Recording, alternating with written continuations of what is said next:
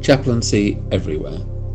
Recognising World Mental Health Day, we invited chaplaincy and well-being practitioners to gather together, recognising we are better together to support our chaplaincy contexts and offer crucial self-compassion care.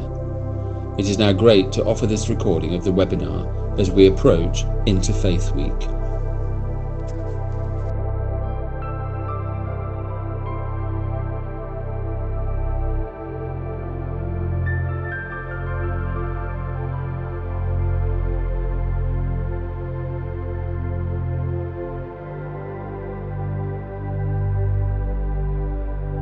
Yes, I'm Mahshid, a Muslim chaplain from Durham University. One of the reasons that people come to chaplains, from my own experience, is that they feel that, they don't outrightly say it, but they feel a kind of trust. And this is basically down to the fact that although chaplains have to follow the university guidelines, they are ultimately answerable to a higher being. And the people who come to me are aware of that, so they feel that that there is not total, it's not boxed into a particular remit, so it moves higher than that, and they feel that, they sense that, and that has an impact on their well-being.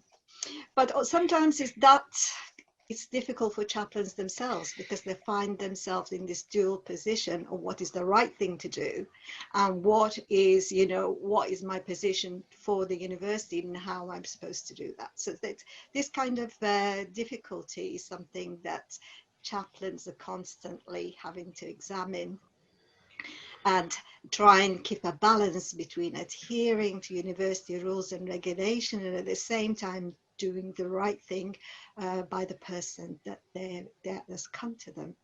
So the difficulties that a lot of Muslim students and staff have at the university are mainly really to do with media being depicted as the other. A lot of people even go as far as hiding their religion. Some people go as far as hiding their nationality because of being labeled, stereotyped, making assumptions about these people. Chaplains themselves are often judged and stereotyped without having knowledge about them and having talked to them, getting to know them. So this kind of stereotyping, judging, labeling is one of the main things that students have a problem, and it does have an impact. It has a huge impact.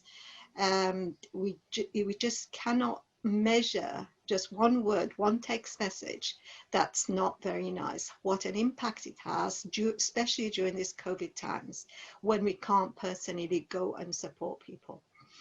So, I mean, for me, this has been a big problem, a big issue for many years, and my own particular support has been through interfaith interfaith activities, a mixing of students and community and staff in order to be able to build up relationships, to raise awareness about each other and get to know each other's faiths in things like scriptural reasoning and other interfaith activities. Lovely.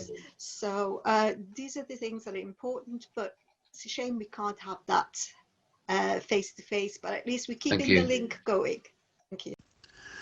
We're now going to move 120 people into breakout rooms with our keynote speakers and other leaders. This is the first breakout room of 2. Please bear with us for a moment. Thank you. Yes, I think, it was, we discussed the difficulties of, firstly, in the context of shops and supermarkets, the importance of chaplaincy there, and then not being able to, the restrictions, how it impacts.